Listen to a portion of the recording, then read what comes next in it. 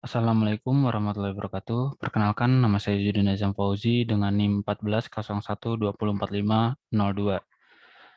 dari kelas MB 4410. Di sini saya akan mempresentasikan hasil analisis keuangan saya dengan perusahaan Wismilak Inti Makmur Tbk.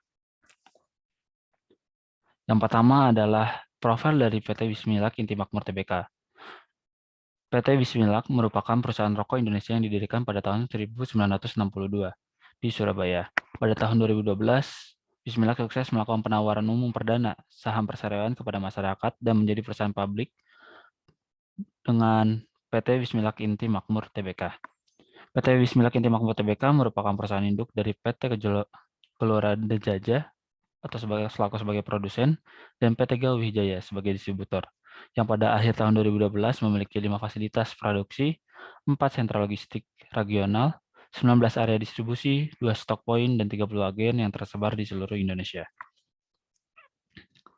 Visi misi PT Wismilak Inti Makmur yaitu menjadi pelaku industri kelas dunia dengan keunggulan kualitas produk dan jasa yang dihasilkan dengan pertumbuhan berkesinambungan yang diperoleh melalui integritas kerjasama tim, pengembangan yang berkelanjutan, serta inovasi. Yang pertama adalah dari visinya, yaitu bersama meraih sukses melalui kerjasama dengan semua pemangku kepentingan, yaitu konsumen, pemegang saham, karyawan, distributor, pemasok, dan masyarakat. Yang kedua adalah menghasilkan produk dan jasa kualitas yang terbaik. Yang ketiga, yang terakhir adalah bertanggung jawab dan berkomitmen terhadap lingkungan dan komunitas. Di sini saya akan menjelaskan beberapa jenis rasio dan beberapa analisis keuangan. Yang pertama adalah rasio likuiditas, yang kedua adalah rasio struktur modal, dan yang ketiga adalah rasio efisiensi manajemen aset. Yang pertama adalah rasio likuiditas, merupakan variabel keuangan yang digunakan untuk menentukan apakah sebuah perusahaan sanggup membayar hutang jangka pendeknya atau tidak. Saya akan mencari menggunakan 5 metode, yaitu current ratio, acid test ratio, average collection period, account receivable turnover, dan inventory turnover. Yang pertama adalah current ratio. Current ratio dengan rumus current asset dibagi current liabilities, yaitu pada tahun 2017 setiap rupiahnya hutang lancar PT Wismilak Inti Makmur Tbk dijamin oleh aset lancar sebesar 5,36 rupiah. Dan pada tahun 2018 terjadi peningkatan, yaitu pada setiap rupiahnya hutang lancar Wismilak Inti Makmur Tbk dijamin oleh aset lancar sebesar 5,91. Dapat kita lihat dari hasil pada tahun 2017 dan 2018 perbandingannya mengalami kenaikan 10,26%. Selanjutnya itu yang kedua adalah acid test ratio, yaitu dengan current asset dikurangi inventories dan dibagi current liabilities. Pada tahun 2017, setiap rupiah hutang lancar PT Wismilak Inti Makmur Tbk hanya dijamin oleh aset lancar sebesar 1,20 rupiah. Sedangkan pada tahun 2018 mengalami kenaikan. Pada setiap hutang lancar PT Wismilak Inti Makmur Tbk hanya dijamin oleh aset lancar sebesar 1,57 rupiah. Dapat kita lihat dari perbedaan tahun 2017 dan 2018 mengalami peningkatan sebesar 30,83%. Selanjutnya yaitu average collection period. Pada tahun 2017 mengalami rata-rata piutang PT Wismilak Inti Makmur Tbk terbayar dalam waktu 14,13 hari. Sedangkan pada tahun 2018 mengalami kenaikan, yaitu rata-rata piutang PT Wismilak Inti Makmur Tbk bisa terbayar dalam waktu 16,55 hari. Di sini saya menggunakan rumus yaitu average collection ratio sama dengan account receivable dibagi daily credit sales. Dapat kita lihat peningkatan pada tahun 2017 ke 2018 sebesar 17,12%. Selanjutnya yaitu account receivable turnover, yaitu dengan rumus credit sales dibagi account receivable, yaitu dalam setahun piutang PT Wismilak Inti Makmur pada tahun 2017 berputar sebanyak 25,83 kali, sedangkan mengalami penurunan pada tahun 2018, yaitu dalam setahun piutang PT Wismilak Inti Makmur berputar sebanyak 22,06 kali. Dapat kita lihat dari tabel ini perbedaan dari 2017 dan 2018 sebesar 14,6%. Selanjutnya yaitu inventory turnover, yaitu COGS atau Cost of Goods Sold atau HPP dibagi inventory, yaitu pada tahun 2017 persediaan barang dagang PT Wismilak Inti Makmur Tbk berputar sebanyak 1,56 kali dalam setahun.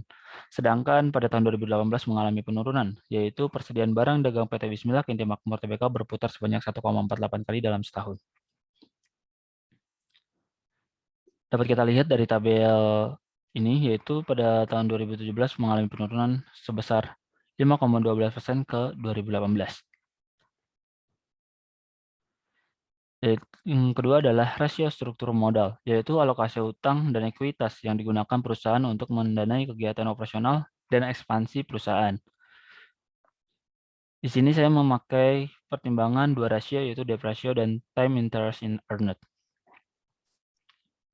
Yang pertama adalah debt ratio, yaitu dengan menggunakan rumus total debt dibagi total aset, yaitu pada setiap rupiahnya aset PT Wismilak Inti Makmur pada tahun 2017 didanai oleh hutang sebesar 0,20.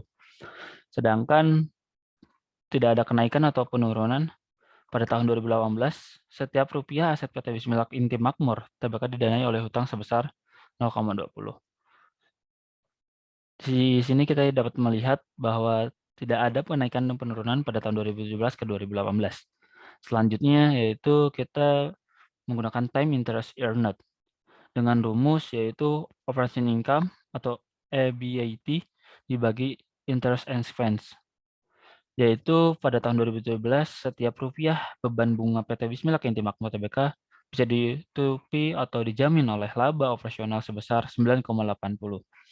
Sedangkan pada tahun 2018 mengalami kenaikan yang signifikan, yaitu pada setiap rupiahnya beban bunga PT Bismillah Inti Makmur Tbk bisa ditutupi oleh atau dijamin oleh laba operasional sebesar Rp60,36.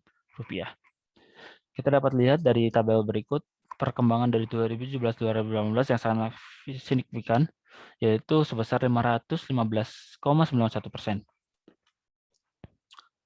Selanjutnya itu yang ketiga adalah rasio efisiensi manajemen aset, yaitu bertujuan untuk menjelaskan seberapa efektif sebuah perusahaan menggunakan asetnya dalam penjualan. Di sini saya menggunakan dua rasio, yaitu total asset turnover dan dua fixed asset turnover. Yaitu pertama adalah total asset turnover, menggunakan rumus sales dibagi total aset, yang pada tahun 2017 setiap rupiahnya aset PT Wismilak Inti Makmur Tbk dapat menghasilkan penjualan sebesar Rp1,20. Sedangkan pada tahun 2018 mengalami penurunan. Setiap rupiah aset PT Wismilak Inti Makmur Tbk dapat menghasilkan penjualan sebesar 1,11. Dapat kita lihat terjadi penurunan pada tahun 2017 dan sampai 2018 yaitu sebesar 7,5%. Selanjutnya yang kedua adalah fixed asset turnover, yaitu sales dibagi net fixed asset. Pada tahun 2017 setiap rupiah aset tetap PT Wismillah Inti Makmur Tbk mampu menghasilkan penjualan sebesar 4,72% rupiah. Sedangkan pada tahun 2018 mengalami penurunan. Setiap rupiah aset tetap PT Wismilak Inti Makmur Tbk mampu menghasilkan penjualan sebesar 4,40 rupiah. Dapat kita lihat penurunan pada tahun 2017 ke 2018 sebesar 6,78%. Yang keempat yaitu rasio probabilitas, yaitu rasio yang digunakan untuk menilai suatu kemampuan dari suatu perusahaan dalam menghasilkan sebuah laba dan mencari sebuah keuntungan dari bisnis yang dijalankan. Saya menggunakan 6 metode untuk rasio likuiditas, yaitu operating return on investment, yang kedua adalah operating profit margin, yang ketiga net profit margin, return on equity, yang kelima gross profit margin, dan yang terakhir adalah return on asset. Yang pertama adalah operating return on investment, yaitu operating income dibagi total aset. Pada tahun 2017, setiap rupiahnya aset PT Bismillah Inti Makmur Tbk mampu menghasilkan laba sebesar 0,35%, Rp35. Dan pada tahun 2018 tidak mengalami kenaikan maupun penurunan. yaitu setiap rupiah aset PT Bismillah Inti Makmur Tbk mampu menghasilkan laba sebesar Rp0,35. Dapat kita lihat tidak ada perubahan pada tahun 2017 ke 2018. Selanjutnya yang kedua adalah operating profit margin, yaitu operating income dibagi dengan sales. Pada tahun 2017, setiap rupiah penjualan PT Bismillah Inti Makmur Tbk mampu menghasilkan laba operasional sebesar Rp0,04. Sedangkan pada tahun 2018 mengalami kenaikan, yaitu setiap rupiah penjualan PT Bismillah Inti Makmur Tbk mampu menghasilkan laba operasional sebesar Rp0,05. Dapat kita lihat perkembangannya yaitu sebesar 25% dari tahun 2017 dan ke 2018. Yang ketiga adalah net profit margin, yaitu net income dibagi sales. Pada tahun 2017, setiap rupiah penjualan perusahaan PT Bismillah Inti Makmur Tbk mampu mendapatkan laba bersih sebesar Rp0,03. Dan pada 2018 mengalami peningkatan, yaitu setiap rupiah penjualan perusahaan PT Bismillah Inti Makmur Tbk mampu mendapatkan laba bersih sebesar Rp0,04. Di sini dapat kita lihat kenaikannya sebesar 33%. 33,33% pada tahun 2017 ke 2018. Selanjutnya yaitu return on equity, yaitu net income dibagi total common equity. Pada tahun 2017, setiap rupiahnya penjualan perusahaan PT Bismillah Inti Makmur Tbk dapat memperoleh return yang didapatkan oleh pemegang saham sebesar Rp0,04. Sedangkan pada tahun 2018 mengalami penaikan. Setiap rupiah penjualan perusahaan PT Bismillah Inti Makmur Tbk dapat memperoleh return yang didapatkan oleh pemegang saham sebesar Rp0,05.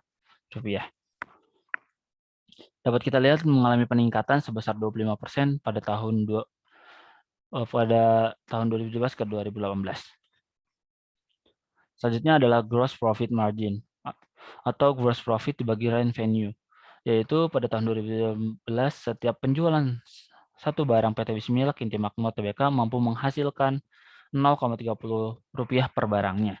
Sedangkan pada tahun 2018 mengalami peningkatan, yaitu setiap penjualan satu barang PT Bismillah Inti Makmur Tbk mampu menghasilkan Rp0,31 per barangnya. Dapat kita lihat perkembangan dari tahun 2017 ke 2018, yaitu sebesar 3,33%. Selanjutnya adalah return on asset, yaitu net income dibagi total aset. Pada tahun 2017, setiap rupiah aset perusahaan PT Bismillah Inti Makmur Tbk mampu menghasilkan laba bersih sebesar Rp0,03. Sedangkan pada tahun 2018 mengalami peningkatan. Setiap rupiahnya yaitu aset perusahaan PT Bismillah Inti Makmur Tbk mampu menghasilkan laba bersih sebesar Rp0,04. Di sini dapat kita lihat mengalami perkembangan sebesar 33,33% pada tahun 2017 ke 2018. Selanjutnya yaitu analisis tren PT Bismillah Inti Makmur, yaitu sebesar 49,03% terjadi peningkatan kas PT Bismillah Inti Makmur Tbk dari tahun 2017 ke 2018. Dengan rumus tahun pembanding dibagi dengan tahun dasar. Selanjutnya yaitu analisis industri. Yang pertama adalah strength-nya. Dari PT Bismillah ini, inovasi dalam bidang teknologi, penjualan produk yang terus meningkat, dan meluncurkan varian baru setiap segmen SKM-nya, mengembangkan jaringan pemasaran, kinerja direksi yang baik. Bismillah juga memproduksi filter rokok yang dijual ke perusahaan rokok lain. Yang selanjutnya yaitu weakness-nya yang dimiliki oleh PT Bismillah ini yaitu hanyalah perusahaan rokok dengan pangsa pasar sekitar 1%. Brand Bismillah yang masih lemah dan kurangnya promosi yang dilakukan. Harga yang ditawarkan pun masih mahal.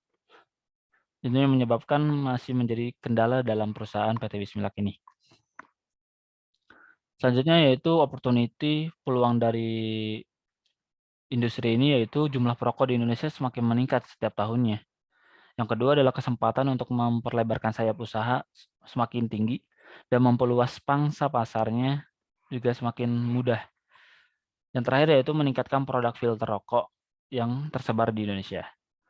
Yang terakhir adalah threat atau ancaman yang terjadi yaitu rencana kenaikan cukai sebesar 23% dalam era APBN yang menyebabkan harga rokok naik. Dan selanjutnya itu kenaikan harga jual setelah pemerintah melalui Kementerian Keuangan. Selanjutnya menaikkan tarif efektif pajak pertambahan nilai PPN. Giatnya usaha pemerintah untuk mengurangi konsumsi merokok melalui penerapan logo bahaya merokok pada setiap kemasan merokok. Dan yang terakhir adalah adanya resiko internal perusahaan, yaitu resiko operasional dan resiko keuangannya. Selanjutnya saya akan menjelaskan tentang analisis kompetitor. Persaingan antar perusahaan tidak mungkin kita hindari, yaitu di saat emiten rokok tier 1 seperti PT Gudang Garam, TBK, habis itu PT HM Sampurna, TBK, membukukan penurunan laba masing-masing 10,75% dan 27,82%. Sedangkan PT Bismillah Kinti Makmur berhasil mencatatkan pertumbuhan laba bersih yang signifikan di atas dua perusahaan tersebut pada tahun tersebut. Analisis Komoditas Neraca PT Bismillah Kinti Makmur Tbk, yaitu terjadinya penurunan sebesar 20,63% dari laba rugi pada PT Bismillah Kinti Makmur dari tahun 2017 ke 2018. Mungkin dari saya dicukupkan, mohon maaf bila masih banyak kekurangan. Wassalamualaikum warahmatullahi wabarakatuh.